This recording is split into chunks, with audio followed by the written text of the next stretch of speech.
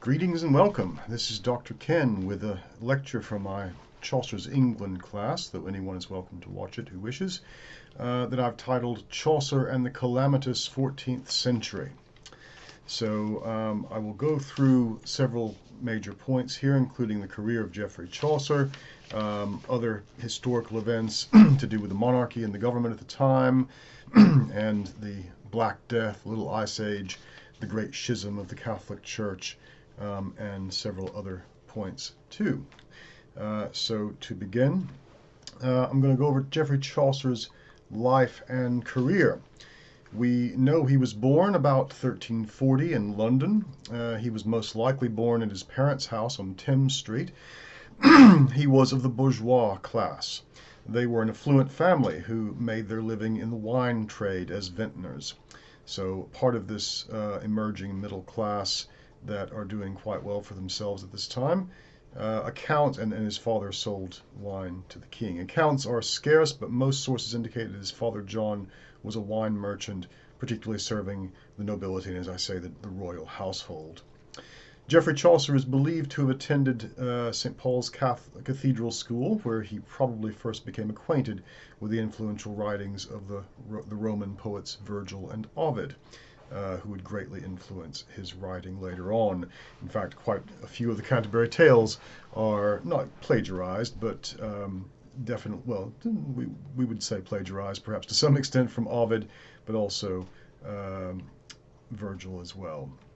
And we'll come to those in time. In 1357, Chaucer became a courtier in attendance to the Countess Elizabeth of Ulster, wife of the Duke of Clarence. Chaucer was paid a small stipend, enough to provide him for his food and clothing.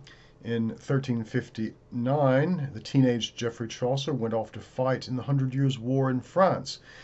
At Réthé, in the Ardennes, he was captured and held for ransom following the siege of Reims. Thanks to Chaucer's royal connections, Edward III helped pay his ransom, perhaps a testament to the value of a good courtier, such as Chaucer was worth. After his release, he joined the royal service, traveling throughout France, Spain, and Italy on diplomatic missions throughout the early to mid-1360s on the king's business. A kind of diplomat, a kind of spy as well. It's perhaps strange of us to think that Geoffrey Chaucer was almost a James Bond type character, or an Ian Fleming one at the very least. For his services, Edward granted him a pension of 20 marks, about 18 or 16 pounds rather, per year, which was a pretty handsome sum of money at the time. In 1366, Chaucer married Philippa de Rote, lady-in-waiting to Queen Philippa. She was the daughter of Sir Payne de Rote, a knight of Hainault, and the marriage conveniently helped further Chaucer's career at the English court. So, talk about his public service. In 1368, Edward III had made Chaucer one of his esquires. When the Queen died in 1369, it served to strengthen his wife Philippa's position, and subsequently Chaucer's as well. After the death of Queen Philippa, Chaucer's wife, also named Philippa, went into the service of Constanza of Castile and Prince John of Gaunt, the Duke of Lancaster. John of Gaunt was the son of Edward III and Chaucer's patron, who was also, for a time, disputed King of Castile and Leon. Following Constanza's death in 1394, John wed his mistress Catherine, who was Philippa's sister. So Chaucer's wife's sister is married to Prince John of Gaunt. The connection significantly increased the Chaucer's status in society. In 1370, Chaucer went abroad again and fulfilled diplomatic missions in Florence and Genoa through 1373. At the same time, familiarizing himself with the works of the Italian poets Dante and Petrarch along the way. By the time he returned, he and Philippa were prospering. Chaucer had helped establish an English port at Genoa and was rewarded by being appointed Comptroller of Customs, a lucrative position. One of his subordinates at the time was a Durham man named Sir William Walworth, who would twice serve as Lord Mayor of London. and who would play a crucial role in crushing the Peasants Revolt of 1381, which we'll come to in a bit. Meanwhile, Philippa and Chaucer were granted generous pensions by John of Gaunt. In 1377 and 1388, Chaucer engaged in yet more diplomatic missions with the objective of finding a French wife for Richard II and securing military aid in Italy. Busy with his duties, Chaucer had little time to devote to writing poetry, his true passion. In 1385, he petitioned for temporary leave. For the next 4 years, he lived in Kent, but worked as a justice of the peace and a knight of the shire, which means he's a member of Parliament. And in the autumn of 1386, he was returned as a member of Parliament, rather than focusing on his literary pursuits. So quite an extraordinary career our Geoffrey has had. When his wife Philippa passed away in 1387, Chaucer stopped sharing in her royal annuities and suffered financial hardship. He needed to keep working in public service in order to earn a living and pay off his growing accumulation of debts. From 1389 to 1391, after Richard II had ascended the throne, Chaucer held a draining and dangerous position as clerk of works. He was robbed by highwaymen twice, we're told, while on the job, which only served to further compound his financial worries. To make matters worse, Chaucer had stopped receiving his pension. He eventually resigned the position for a lower but less stressful appointment as a sub forester or gardener at the King's Park in Somersetshire. When Richard II was deposed in 1379, his son and successor, Henry IV, son of John of Gaunt, took pity on Chaucer and reinstated his former pension. With the money, Chaucer was able to lease an apartment in the garden of St. Mary's Chapel in Westminster, where he lived modestly for the rest of his days. His literary career can be divided into 3 periods. The French period from 1369 to 72, thanks partly due to his time in France as a prisoner, but also on diplomatic missions. It's there he wrote the Book of the Duchess and the Romance of the Rose. The Italian period from 1372 to 1386, in which he wrote the Parliament of Fowls, the House of Fame, Troilus and Cressida, and the Legend of the Good Women. The English period is from 1386 to 1400, and that's when he wrote the Canterbury Tales. But these aren't all he wrote, and they bear some further scrutiny because he wasn't just writing these for fame, although that was part of it. He certainly didn't make any money off of them. The idea of making money from writing doesn't seem to have come about until perhaps the time of Shakespeare. But fame, of course, and connections, royal connections in particular, could lead to income. So the precise dates of many of his written works are difficult to pin down with certainty, but one thing is clear: his major works have retained their relevancy even in the university classrooms of today. Chaucer's body of best-known works includes the Parliament of Fowls, as I mentioned. Some historians of Chaucer assert that it was written in 1380 during marriage negotiations between Richard and Anne of Bohemia, although one critic has interpreted the Parliament of Fowls as a study of Christian love. It had been identified as peppered with Neoplatonic ideas inspired by the likes of Cicero and Jean de Meun, a French author, best known for his continuation of the Romance of the Rose, amongst others. The poem utilizes allegory, metaphorical representation of real things in literary form, and incorporates elements of irony and satire as it points to the inauthentic qualities of courtly love. We'll be talking about courtly love more in time to come. Chaucer was well acquainted with this theme firsthand during his service to the court in his marriage to a woman whose social standing served to elevate his own. Chaucer is believed to have written the poem Troilus and Cressida sometime in the mid-1380s. Troilus and Cressida is a narrative poem that retells the tragic love story of 2 lovers in the context of the Trojan War. A lot of his material and a lot of other poets' material from this time is what's called the matter of Greece and the matter of Rome, and it comes from the likes of Homer and Virgil. So he wrote using the rhyme royal, as it's called, a technique he originated. The rhyme royal involves rhymed stanzas consisting of 7 lines apiece, usually with an iambic pentameter rhyme scheme. It is broadly considered one of Chaucer's greatest works, and has a reputation for being more complete and self-contained than most of his writing, including his famed Canterbury Tales. And we'll talk about the problems with the ordering the Canterbury Tales a bit later on. I forgot to mention that the Parliament of Fowls it appears to be the first mention in English of St. Valentine's Day as a holiday for lovers.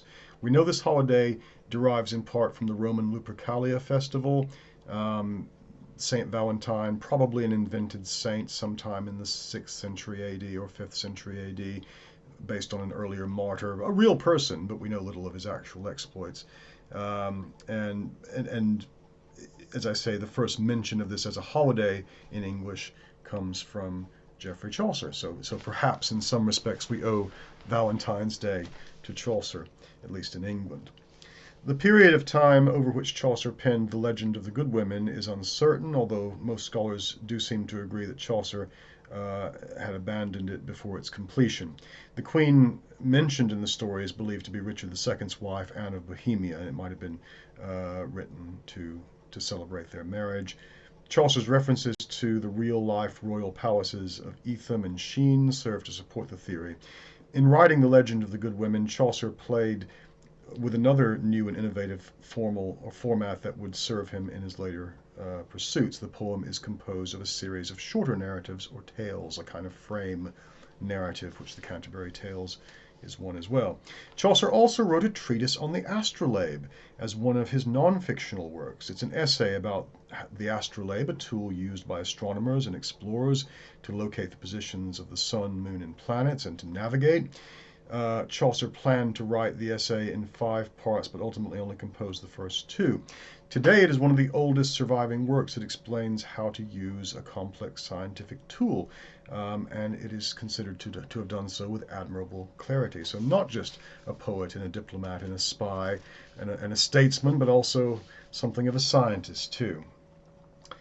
Talking about the Canterbury Tales now a little bit, which will be the subject matter of many of our lessons, or all of our lessons. The Canterbury Tales is, of course, by far Chaucer's best known and most acclaimed work. Initially, he had planned for each of his characters to tell 4 stories apiece. The first 2 stories would be set as their character was on his or her way to Canterbury from Southwark. The second 2 were to take place as they were heading home. Apparently, Chaucer's goal of writing 120 stories was an overly ambitious one. In actuality, the Canterbury Tales is made up of only 24 tales and rather abruptly ends before its characters even make it to Canterbury. The tales are fragmented and varied in order. There is a lot of uncertainty and debate about what precise order they go. Sometimes it's very clear, certainly which ones come after the others, but though the overall ordering is not clear at all. Scholars continue to debate as to whether they were published in their correct order. Despite its erratic qualities, the Canterbury Tales continues to be acknowledged for the beautiful rhythm of Chaucer's language and his characteristic use of clever, satirical wit. It is not the first work of literature in English. The medieval alliterative traditions of the Pearl poet, Sir Gawain and the Green Knight, the works of John Gower all preceded it. But its popularity, along with Edward III's promotion of a unique sense of Englishness for his realm, separate from the traditional Norman French of his ancestors, set the standard for all future English literature. Part of what's going on politically, and we'll see more of this shortly and in time to come, is that with the 100 Years' War with France, England is moving away from its Norman French traditions, and Edward III sponsors and promotes a kind of strong sense of Englishness. Therefore, Chaucer's poems in English really helped to support this, and were supported by Edward and others. The tales, mostly written in verse, although some are in prose, are presented as part of a storytelling contest by a group of pilgrims as they travel on a journey from Southwark to the shrine of St. Thomas a Becket at Canterbury Cathedral. The prize for this contest is a free meal at the Tabard Inn at Southwark on their return. After a long list of works written earlier in his career, the Canterbury Tales was Chaucer's magnum opus, his great work. He uses the tales and the descriptions of its characters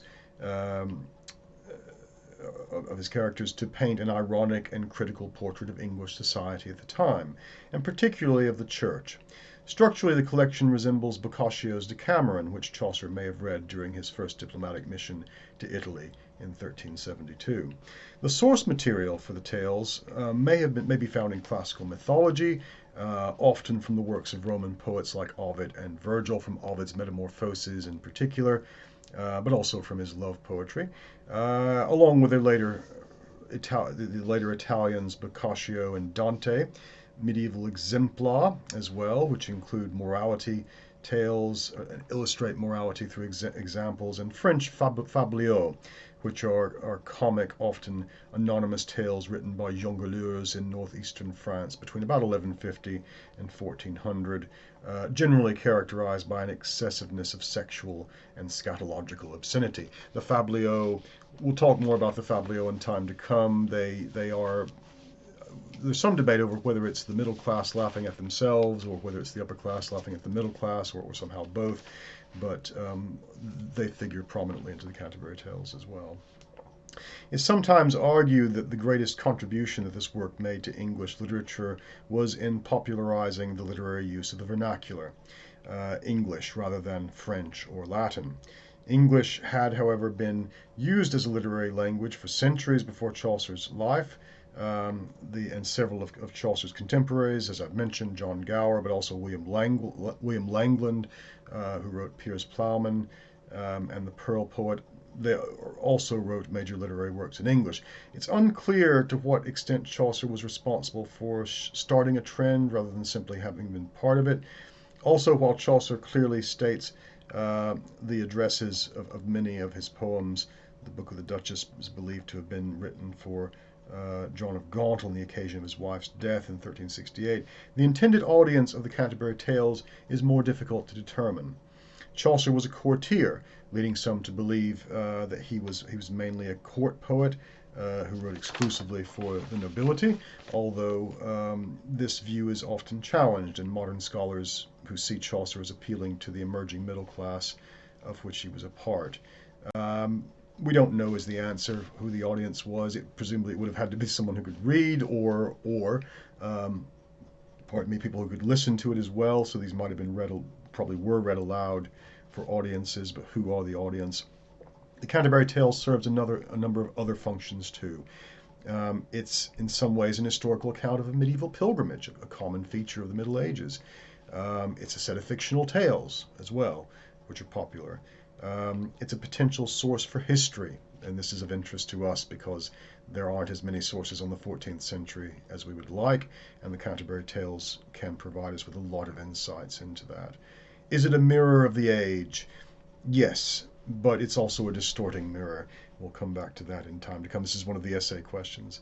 It's about a pilgrimage to the shrine of Thomas à Becket, Canterbury Cathedral, begun in 1387, never finished. Chaucer will die before he can finish it. And it gives us a neat, handy cross-section of life, of the sort of people and the lives they led in Chaucer's era. Not everyone is represented in it, but a good selection of society. So for our cultural and social historians, the Canterbury Tales is of tremendous value. Let's talk a little bit about the era in which Chaucer lived. And what he lived through. And I mentioned in the last, some of these things in the last lecture, but I'll go through now the more prominent ones. First is the Little Ice Age. This term is used in widely varied ways by different scholars, and there actually seem to have been two cooling episodes, an earlier one from the late 1200s to 1600s or so, and then a later one from the 1700s to the 1800s. During the earlier one, the Baltic Sea froze over in 1303, 1306, and 07, something that had never before been reported. Alpine glaciers advanced. The Norse settlements in Greenland were cut off, and grain cultivation ceased in Iceland. The last ship sailed from Iceland to Greenland in the early 1400s, tantalizingly close to Columbus's time. When contact was resumed in the 1700s, the settlements were long abandoned. Starvation, disease, raids by English pirates, and conflict with natives had all been suggested as causes, and all probably played a role in the demise of those colonies. In France, the crops failed, and after heavy rains in 1315, there were widespread famines, reports of cannibalism, and epidemics. In England and Wales, there was flooding, crop failures as marginal lands no longer yielded their produce, wet, rainy winters, and cool summers. Scientists have tentatively identified several possible causes of the Little Ice Age, including orbital cycles, decreased solar activity, increased volcanic activity, altered ocean current flows, the inherent variability of global climate, and reforestation following decreases in the human population.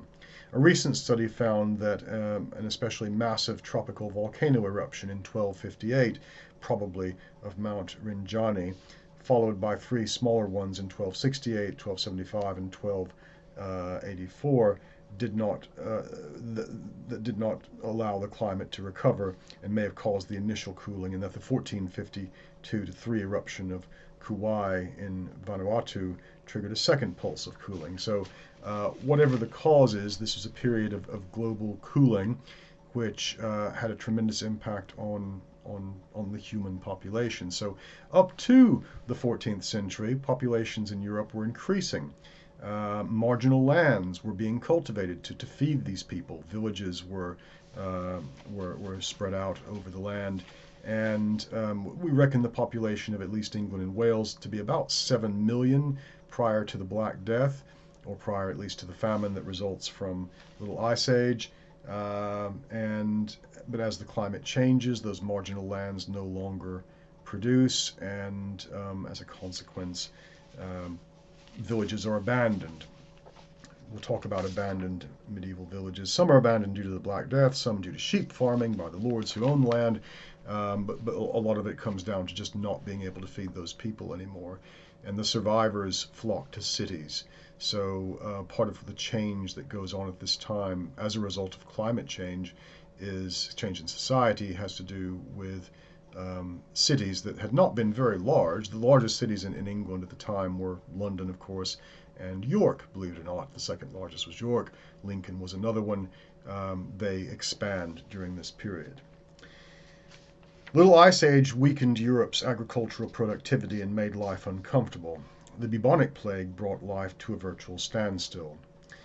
Its symptoms were described in 1348 by the poet Boccaccio, who lived in Florence, Italy. He wrote, "The first signs of the plague were lumps in the groin or armpits. After this, livid black spots appeared on the arms and thighs and other parts of the body. Few recovered. Almost all died within 3 days, usually without any fever," he wrote.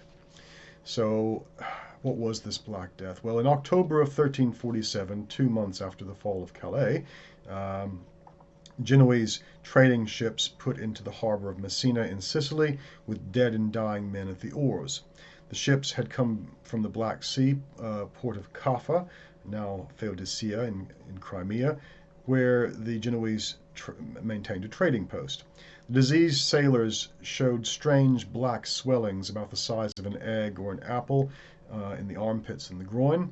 The swellings oozed blood and pus and were followed by spreading boils and black blotches on the skin from internal bleeding. The sick suffered severe pain and died quickly within about 5 days of the first symptoms. The sick, as the disease spread, other symptoms of continuous fever, spitting of blood appeared instead of the swellings, or bubuos as they were called, thus the term bubonic. These victims coughed and sweated heavily and died even more quickly within 3 days or less, sometimes in 24 hours. In both types, everything that issued from the body, breath, sweat, blood from the buboes and lungs, bloody urine, blood-blackened excrement, smelled foul, and helped spread the disease. Depression and despair accompanied the physical symptoms, and before the end, death is seen seated on the face, so one poet wrote. The disease was, of course, bubonic plague. It was present in 2 forms, one that infected the bloodstream, causing the buboes, and internal bleeding and was spread by contact. The second, more virulent, was pneumonic plague, the pneumonic type that infected the lungs and was spread by respiratory infection. The presence of both at once caused the high mortality and speed of contagion. So lethal was the disease that cases were known of persons going to bed well and dying before they woke, of doctors catching the illness at a bedside and dying before the patient. So rapidly did it spread from one to another that to a French physician, Simon de Covino, it seemed as if one sick person could infect the whole world. So he wrote, "The malignity of pestilence appeared more terrible because its victims knew no prevention, no remedy. The Church maintained that the plague was sent by God to punish sin, although they were never especially specific about what sins were being punished, nor could they offer any cure.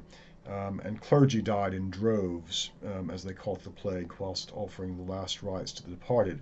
Their ranks were so depleted that the Pope issued a decree that if no priest could be found, ordinary men and women could render the last rites in these exceptional circumstances." Even allowing women to do it was remarkable. The first wave of plague swept through Europe in 1347 to 1350. There were 6 more waves between 1350 and 1400. As each new generation of potential victims not immune to the plague appeared, the population of Europe was cut in half by 1400. This is probably the closest approach to the effects of a thermonuclear war in global history. Bubonic plague still exists. U.S. soldiers are routinely vaccinated against it were vaccinated against it during the Vietnam War. It is endemic amongst wild rodents in the western U.S. Every year, a few dozen people catch it, and once every few years, victims die from it. It appears that humans evolved greater immunity, while the most virulent strains of the plague killed off their hosts too quickly to be transmitted. By 1400, the worst of the upheavals had passed, and European society was on the mend. The term Renaissance was first used in the late 14th century by Italian scholars who saw themselves as the vanguard of a period of improved conditions. It would come back again in multiple centuries, but never quite as badly as it did during the 14th. Chaucer references the Black Death in the Pardoner's Tale, which illustrates the deadly sins of gluttony and greed through the characters of 3 drunken youths who decide to hunt down and kill Death himself, and who has slain one of their friends. A boy in the tavern where the youths are drinking, along with a publican, describes events as follows, saying, "And suddenly last night the man was slain, upon his bench, face up, dead, drunk again. There came a privy thief, they call him Death, who kills us all round here, and in a breath he speared him through the heart, he never stirred, and then Death went his way without a word. He's killed 1,000 in the present plague." The publican joined in with, "By St. Mary, what the child says is right, you'd best be wary. This very year he killed in a large village, a mile away, man, woman, serf at tillage. Paged in the household, children, all there were. Yes, I imagine he lives round there." Lucky Chaucer didn't get the plague, as far as we know. There had been a steady population expansion, as I mentioned earlier, in the century before the Black Death. At its height, the population of England and Wales was estimated to have been around 6 or 7 million. We don't have precise numbers, and that is a result of other factors we'll come to in a bit. The Black Death is thought to have killed between 45 to 60% of the total population. Around 3,000 plus abandoned medieval villages have been identified either as a direct result of the plague or due to the collapse of marginal agriculture on account of the Little Ice Age, or both. Chaucer's allusions to the Black Death in the Pardoner's Tale would have been particularly familiar to the audience at the time. So this is part of the backdrop. This is part of what's going on in the background of Chaucer's era. There's trouble with the monarchy as well. The 14th century, apart from having one king who's relatively stable, but starts a war with France, there are 2 others that are less stable. We'll start with Edward II, also called Edward of Canarphon, King of England from 1307 till 1327, when he was deposed by his wife, Isabella. He was the sixth Plantagenet king in a line that began with the reign of Henry II. Between the stronger reigns of his father Edward I and his son Edward III, the reign of Edward II was considered by some to be disastrous for England, marked by alleged incompetence, political squabbling, and military defeats. Edward fathered at least 5 children by 2 women, but was rumored to have been bisexual and probably would have been considered bisexual in modern terms. His inability to deny even the most grandiose of favours to his male favourites, first a Gascoigne knight named Piers Gaveston, later a young English lord named Hugh Despenser, led to constant political unrest and his eventual deposition. It's worth pointing out that most people didn't have a problem with Edward II having male lovers. What they had a problem with was the fact that he promoted them without qualification and gave them favours which people felt they didn't deserve. The king can sleep with whomever he wishes, but promoting them over other people who deserve it more would get him into trouble. Edward I, his father, had pacified Wales and some other pacified Gwynedd and some other parts of Wales and the Scottish lowlands, but never exerted a comprehensive conquest. However, the army of Edward II was devastatingly defeated at the Battle of Bannockburn, freeing Scotland from English control and allowing Scottish forces to raid unchecked throughout the north of England, which they did with a vengeance during the 14th century. In addition to these disasters, Edward II is remembered for his probable death in Berkeley Castle, allegedly by murder. In 1326, Edward's wife, Isabella of France, aided by her lover Roger Mortimer, led an invasion against her husband. In 1327, Edward was made to renounce the throne in favor of his son, who would become Edward III, the first time that an anointed king of England had been dethroned since Ethelred in 1013. Isabel and Mortimer ruled the realm through a regency until Edward reached his maturity. Edward III is also remembered for being the first monarch to establish colleges. Edward II is also remembered for being the first monarch to establish colleges at Oxford and Cambridge, Oriel College at Oxford, and King's Hall, a predecessor of Trinity College at Cambridge. So, not entirely a bad king, but considered generally weak and deposed by his wife and her lover. Edward III, his son, would be a much stronger monarch, reigning for 50 years, born in 1312, dying in 1377. His reign saw the beginning of the 100 Years' War with France, and that's the sort of trouble that comes with his reign. So he was born on the 13th of November, 1312, possibly at Windsor, although little is known of his early life. Son of Edward III and Isabella of France. Isabella, called the she-wolf of France sometimes. Edward himself became king in 1327 after his father was deposed, as we saw, although she's running the show. A year later, Edward married Philippa of Hainault. They were to have 13 children altogether. Isabella and Roger ruled in Edward's name until 1330, when he executed Mortimer and banished his mother. That story is well worth looking into for those who want to explore Edward's biography. It's almost like an adventure tale, and he almost didn't survive. He almost remained a prisoner for life of his mother, but he manages to escape with supporters and then rallies forces to depose them and take over the throne. His primary focus now, I should say, he executed Mortimer and banished his mother. His primary focus then became war with France. Ongoing territorial disputes were intensified in 1340 when Edward assumed the title of King of France, starting a war that would last intermittently for over a century, called the 100 Years' War, and we'll come back to that in a moment, but it lasted longer. In July of 1346, Edward landed in Normandy, accompanied by his son Edward the Black Prince. His decisive victory at Crécy in August scattered the French army. Edward then captured Calais, establishing it as the base for future campaigns. This is around the time of the Black Death appearing. In 1348, he created the Order of the Garter. Part of that, the reason for that, he built Windsor Castle as well, or rebuilt it to be a kind of modern Camelot. He's resurrecting the Arthurian legends, promoting a sense of Englishness and chivalry. War restarted in 1355. The following year, the Black Prince won a significant victory at Poitiers, capturing the French king, John II. The resulting Treaty of Bretigny in 1360 marked the end of the first phase of the Hundred Years' War and the high point of Edward's influence in France. Edward announced his claim to the French crown in return for the whole of Aquitaine. In 1369, the French declared war again. Edward by now was an elderly man and left the fighting to his sons. He enjoyed little success, or they enjoyed little success, and the English lost much of the territory they had gained in 1360. After the death of his Queen Philippa in 1369, Edward fell into the influence of Alice Perrers, his mistress, who was regarded as corrupt and grasping. Against a backdrop of military failure in France and the outbreak of plague, the Good Parliament, as it was called, of 1367 was summoned. Alice Perrers and other members of the court were severely criticized and heavy taxation attacked. New councillors were imposed upon the king.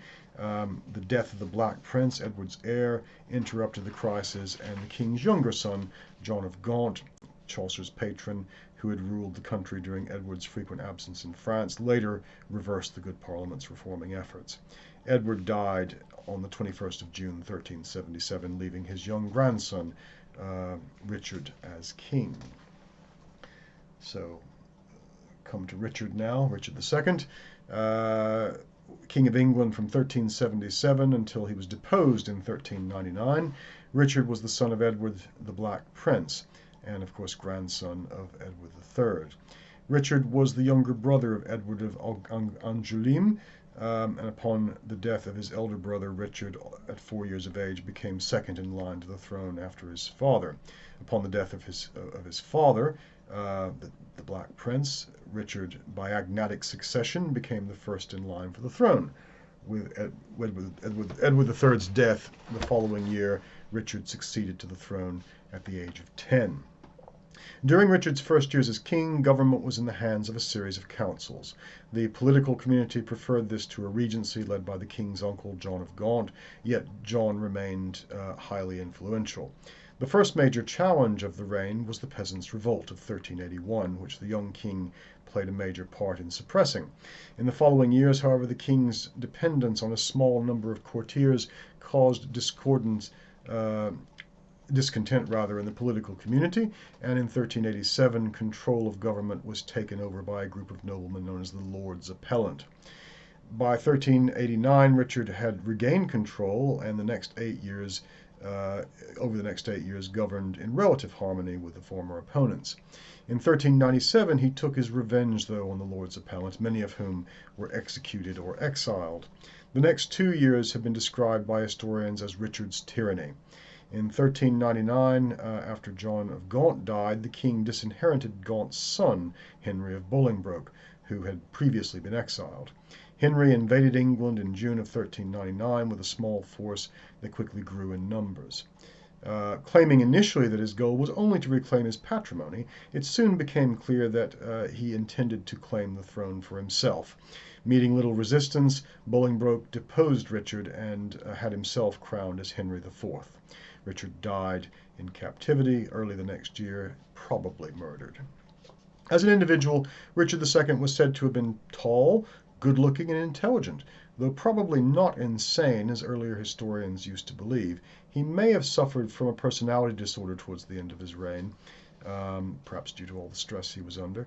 Less of a warrior than either his father or grandfather, he sought to bring an end to the 100 Years' War that Edward III had started, though he didn't succeed. He was a firm believer in the royal prerogative, something which led him to restrain the power of his nobility and to rely on a private retinue for military protection instead. He also cultivated a courtly atmosphere where the king was an elevated figure, and art and culture were at the center of this. In contrast to the fraternal martial court of his grandfather, Richard's posthumous reputation was to a large extent shaped by Shakespeare, whose play Richard II portrays Richard's misrule and his deposition by Bolingbroke as responsible for the 15th century Wars of the Roses. Present-day historians do not accept this interpretation. While not exonerating Richard entirely from responsibility for his own deposition, most authorities agree that even though his policies were not unprecedented or entirely unrealistic, the ways in which he carried them out was unacceptable to the political establishment, and this led to his downfall. This is something many a Roman emperor would relate to in ancient times as well. And as we saw, Chaucer was caught up in all this too. A few things about the 100 Years' War with France. You can see on the slide the different phases of it. Initially quite successful for the English, but then it would become problematic. I've gone over quite a bit of it already, but I want to talk a little bit about why this happened. So we have the background for the 100 Years' War went as far back as the reign of William the Conqueror. When William became king in 1066 after his victory at the Battle of Hastings, he united England with Normandy in France. William ruled both as his own. So William was Duke of Normandy, King of England.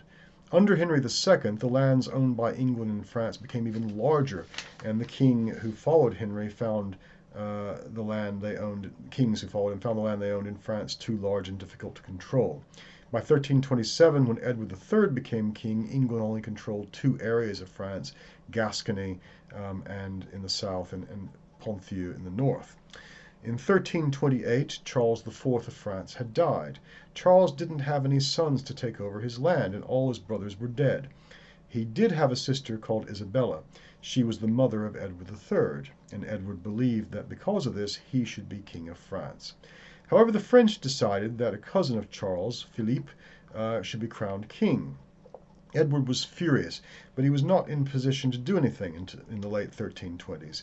By 1337, he was ready for a fight for what he believed was his and he declared war on Philippe.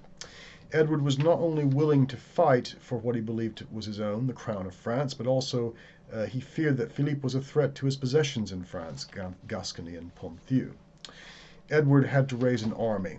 There were men who looked forward to fighting abroad in an army as it gave them an opportunity to plunder treasure and bring back to England, which would bring things back which would make them rich.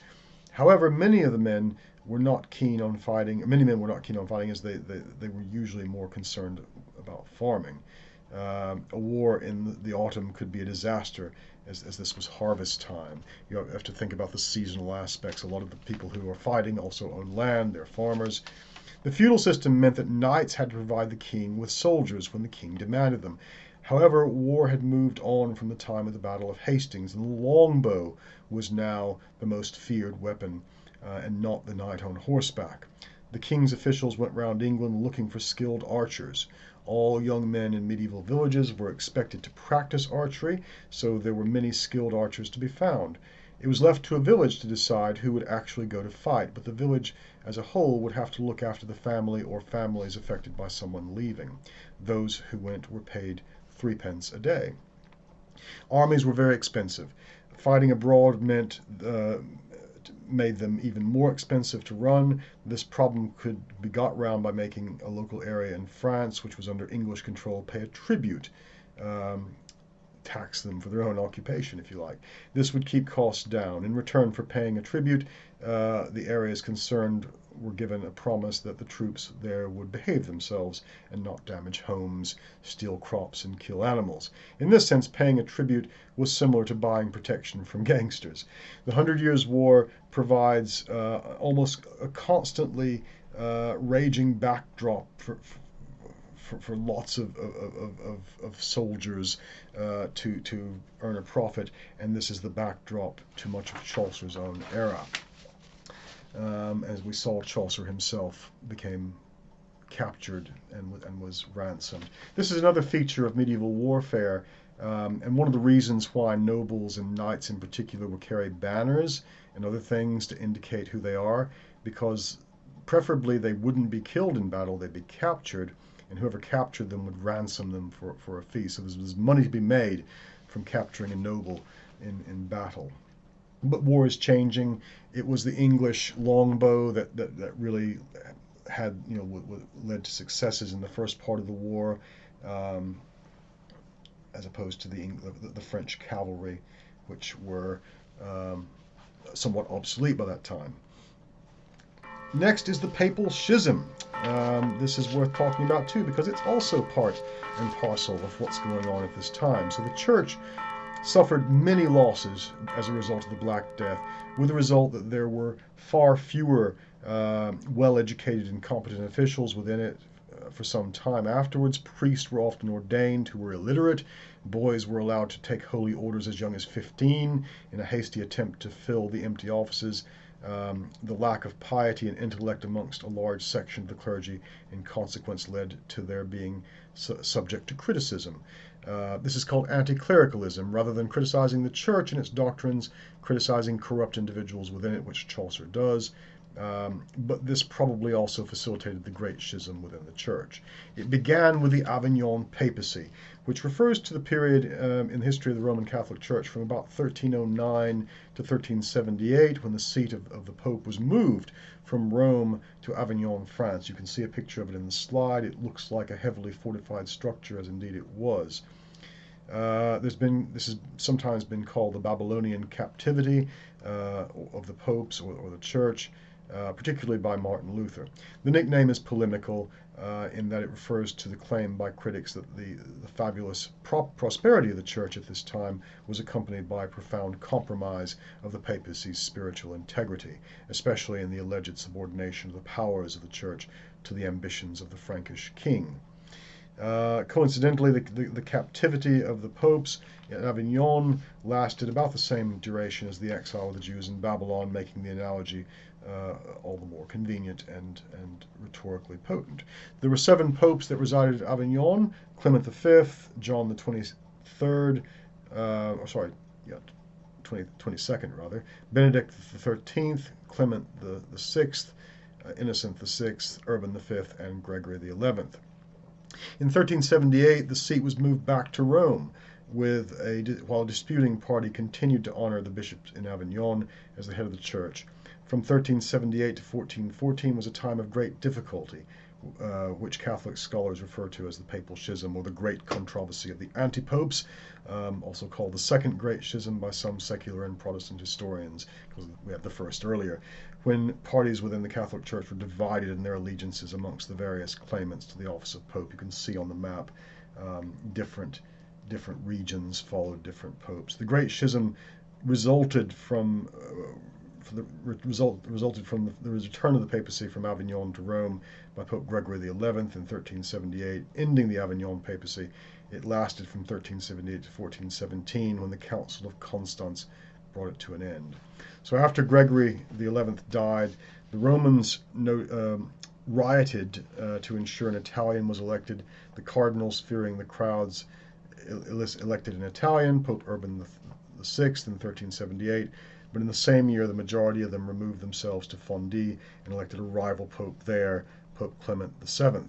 Later, a council at Pisa was held in 1409 to try and resolve the dispute, but it only resulted in the election of a third pope, Pope Alexander V, by the council, soon to be followed by Pope John the 23rd.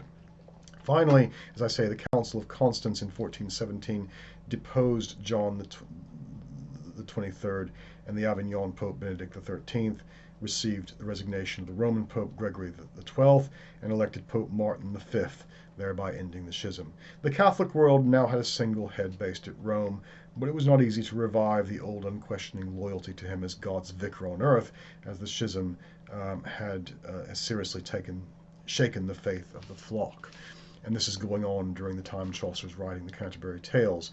Worth pointing out that the Avignon Papacy was sponsored by Philippe, the King of France, sometimes called Philippe the Fair, who used that politically to his advantage for a number of reasons, one of which was to destroy the Knights Templar and take their treasure. He owed them a lot of money, but controlling the papacy allowed him to make the Knights Templars declared heretics, which they probably weren't. While this is going on, we get the first stirrings of a kind of Protestant revolution, a Proto-Reformation, and this occurs with John Wycliffe and his Lollard followers, the first recognized critics of the established church since the 5th century AD. at a time when many clergy, as I mentioned, were illiterate, and monks and bishops were showing off their wealth and seeming not to be doing God's work, thanks to the privations of the Black Death. As I say, a lot of people were promoted to the office of clergy without, due diligence and proper skill. The Lollards, as they're called, were often universally educated intellectuals who aimed their scholarly criticism squarely at the perceived corruption within the church. Lollard comes from a Dutch word meaning to mutter, and they were seen to mutter to themselves a lot out loud. I don't, these were academic types, and I can tell you that academics, especially when they're pondering some deep philosophical or literary or other problem, will go around muttering to themselves. I've been guilty of it myself. I've certainly seen others do it, so this may be where that comes from. At any rate, John Wycliffe was born in Yorkshire in the 1330s. He was a theologian at Balliol College, Oxford, and a realist who believed that one's knowledge is derived from within rather than through the senses. He rejected the Roman Church, preferring a church comprising the body of the elect with all authority derived from the Scriptures. Lordship dependent on grace, he called it. And he denied transubstantiation and believed that the spiritual Eucharist rather than the physical one. Because of his belief, Wycliffe wanted the church reformed and its wealth removed. The Lollards who followed Wycliffe derived their name from the medieval Dutch word, as I say, meaning to mutter. They criticized the institutions of the church, its landed wealth, tax exemptions. This offended several key groups and bore understandable resentment towards the bureaucratic and arrogant, understandable resentment towards this institution. The extent of actual theological alienation is somewhat less clear. The most important Lollards were a group of knights who were part of the king's court. These included Sir William Neville, Sir John Montague, Sir William Beauchamp, with sympathetic support and active protection from Edward the Black Prince and John of Gaunt, at least from 1371 to 1382, who reflected traditional noble anti-clericalism. Richard II personally possessed a strong faith and did not question the role of the established church, yet he did little to stamp out the Lollards, tolerating key adherents to their belief. The king was so self-absorbed he failed to see that there were far more currents and movements in society as a whole. Richard, of course, had no problem in identifying rebellion with heresy as an attack on God. Wycliffe's ideology, or theology rather, went beyond that eventually adopted by the Anglican Church of Elizabeth I. His aim was a reformation of the church, but his movement failed because of several factors. Mainly the lack of established printing presses as a tool of dissemination and the limited literacy of the population of the 14th century. Wycliffe is still a very important figure. He translated the Bible into English for the first time, and you can see why Edward III was in support of this, and John of Gaunt in particular, promoting that sense of Englishness in comparison vis-a-vis the French, as it were, and for a time Lollardy was in vogue. By the mid-1380s, Edward started an active campaign against heresy, and that is where the tide starts to turn against the Lollards. Richard, not Edward, Richard II. By Henry V's reign, the Crown and Church had united against the Lollards, driven their followers underground, and in 1414 had defeated the one public outbreak of rebellion organized by the followers of this cause. There's a reference to Lollardy in Chaucer, and it may be that Chaucer's poor parson, we'll be looking at him in some detail, is a Wycliffian reformer. In the prologue to the Canterbury Tales, he shows preference to the parson because he makes him wholesome, well-rounded, not rich. He's the only member of clergy in the Canterbury Tales who doesn't fall subject to as much criticism and doesn't seem to possess negative qualities. We have the parson criticizing the host for swearing. What ails the man so sinfully to swear, he says, and that may well be because Lollards opposed swearing oaths, and this may well be a sign. There's a quote, pardon me, from the parson from the interlink between the words between the host and the parson. After the parson in the Canterbury Tales criticizes the host for swearing. He says, our host retorted, "Ho, is Johnny here? I smell a Lollard in the wind," said he. "Good men," our host went on, "attend to me. Don't run away. By Jesus' noble passion, we're in for something done in sermon fashion. This Lollard here would like to preach, that's what." And Lollards were known for preaching and preaching in English as well, not the Latin Mass. The skipper said, "By thunder he shall not. He shan't come here to vex us with his preaching, his commentaries and his gospel teaching. We all believe in God round here," said he, "and he'll go starting up some heresy." Johnny is probably a reference to John Ball, although it might be to John Wycliffe as well. Ball was a renegade Lollard priest involved in the Peasants Revolt. And it's interesting that the skipper in the tale mentions heresy, but Chaucer seems to be offering us a moment here when Lollardy is relatively free of heresy and is a subject of interest for the host, as it had been for John of Gaunt, Chaucer's patron, but the shipman rushes in to collapse the meaning of Lollard and heretic into one. This may reflect attitudes of the time. Well, is Lollardy good? Is it bad? How shall we think about it? The church hadn't quite rallied its response yet because it was too busy being divided amongst itself. So this is an interesting snapshot of a moment in which Lollardy is tolerated, although there is skepticism about it. And the parson is a very positive character in the Canterbury Tales. But is it too radical for the 14th century? Quite possibly. In the time remaining, I want to talk a little bit about the three estates. This is a feature of the medieval social structure, the feudal social structure. We have quotes in reference to this. "Here below some pray, others fight, still others work. From the beginning mankind has been divided into three parts among men of prayer, farmers, and men of war." So these two passages written at the beginning of the 11th century, the first by Bishop Adalbero of Lyon, the second by Bishop Gerard of Cambrai, formerly chaplain to Henry II, the Holy Roman Emperor, they illustrate the tripartite society divided by function that was the hallmark of medieval European history. So it's important to remember that the word peasant is a relatively modern term. Contemporaries would have referred to themselves either as serfs or villeins. Whatever we call them, their position was made clear by Jean Froissart, a medieval French chronicler, and these are those who worked in 1395 when he wrote, "It is the custom in England, as with other countries, for the nobility to have great power over the common people, who are serfs. This means that they are bound by law and custom to plough the field of their masters, harvest the corn, gather it into barns, and thresh and winnow the grain. They must also mow and carry home the hay, cut and collect wool, and perform all manner of tasks of this kind." So in general, you have those who work serfs. They work for free, or they work in exchange for living on the land of a lord and for that lord's protection. And then you have those who fight. These are the nobility, essentially, the knights, those people who are in charge, including the king.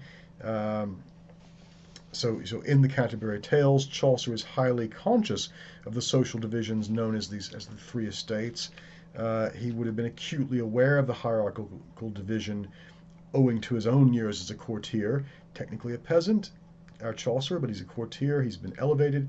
When the genre of the Canterbury Tales as a whole is a framed narrative, the general prologue is an example, as we'll see, of an estate satire, albeit a mild one, a genre which satirizes the abuses that occur within the three traditional estates, in particular the clergy.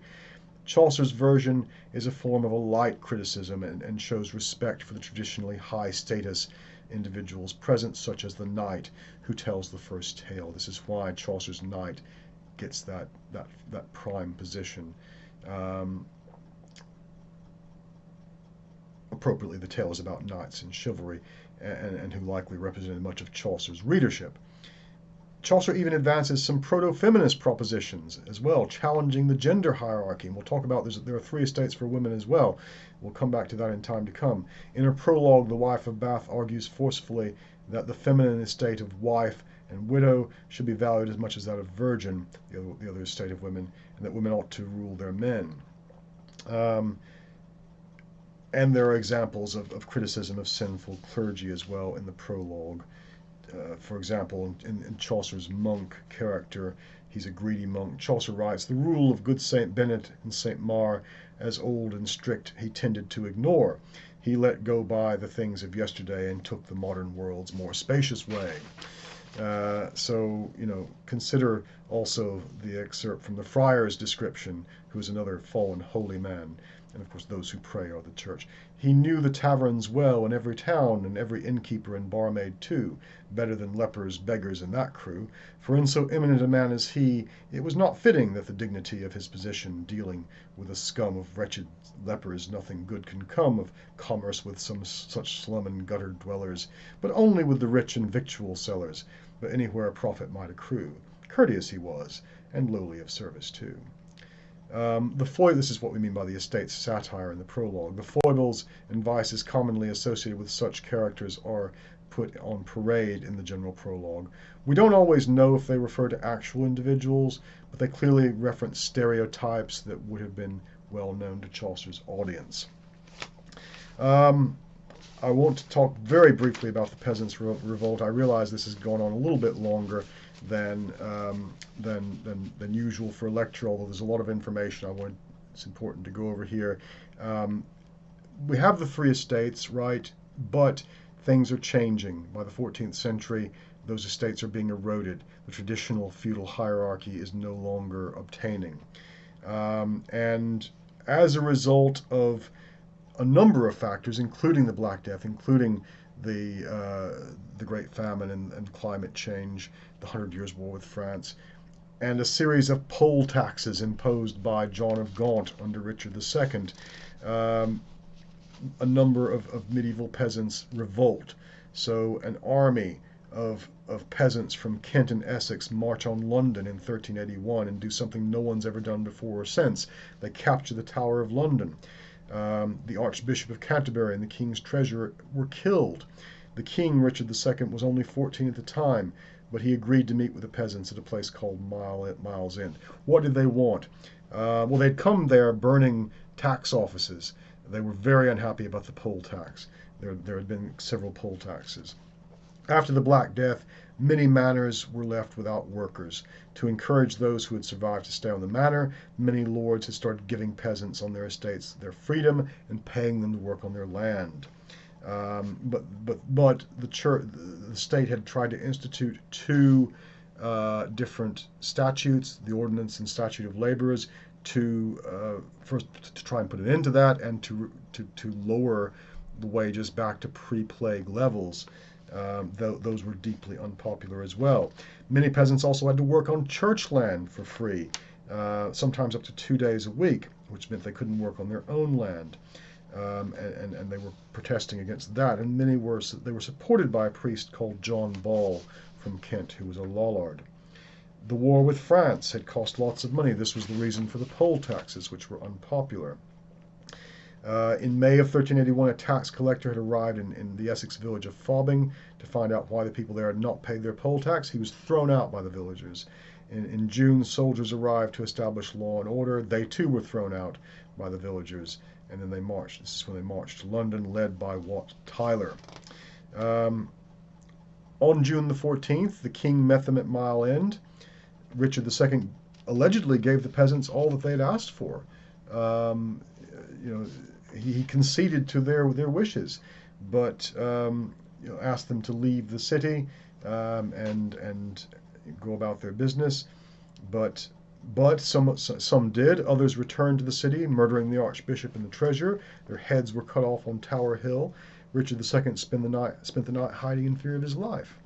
On June the 15th, he met the rebels again at Smithfield, outside the city's walls. It is said that it was the idea of the Lord Mayor, Sir William Walworth, Chaucer's mate, who wanted to get the rebels out of the city.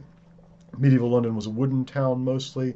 They were afraid of fire or destruction caused by them. If they tried to put the revolt down in the city. At the meeting, the Lord Mayor killed Wat Tyler. We're not sure precisely what happened, as the only people who could write about it were those on the side of the king. The death of Tyler and another promise by Richard to give the peasants what they asked for was enough to send them home. The king then rescinded all of his promises. claiming that he had made them under compulsion, and he and his government actively sought to restore the feudal order. But the genie was out of the bottle. Although the peasants got little out of the revolt, it was not suppressed as harshly as those that occurred on the continent. There were some on the continent as well. And the upper classes seem to have become more aware of the needs of the lower classes. No new poll taxes were introduced until modern times, when with appreciatively negative results. And in some sense, the Peasants' Revolt may have facilitated the way towards a more democratic and constitutional monarchy. There are arguably two references to the Peasants' Revolt in the Canterbury Tales. One occurs in the Knight's Tale, and the other comes about in the Nun's Priest's Tale. We'll look at those in some detail. There's a reference to Jack Straw, who is one of the alleged leaders of the Peasants' Revolt. Finally, an epilogue. As I've tried to demonstrate, right, Chaucer was very much a man of his times. He was directly involved in some of the most significant historical events affecting the kingdom, and was personally acquainted with the prime movers of the era. What I've covered here today is merely the tip of the iceberg, so to speak, but it hopefully illustrates how useful and significant Chaucer is as a source on 14th century England.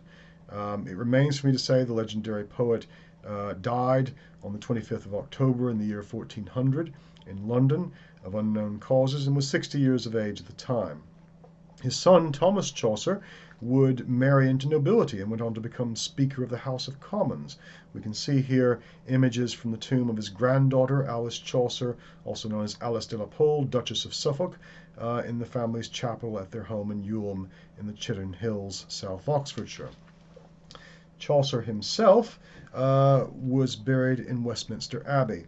His gravestone became the center of what was to be called Poets' Corner, a spot where such famous writers as Robert Browning and Charles Dickens were later honored and interred. This position of posthumous acclaim was highly appropriate, and Geoffrey Chaucer may be deservedly called the father of English literature. Thank you very much for your attention.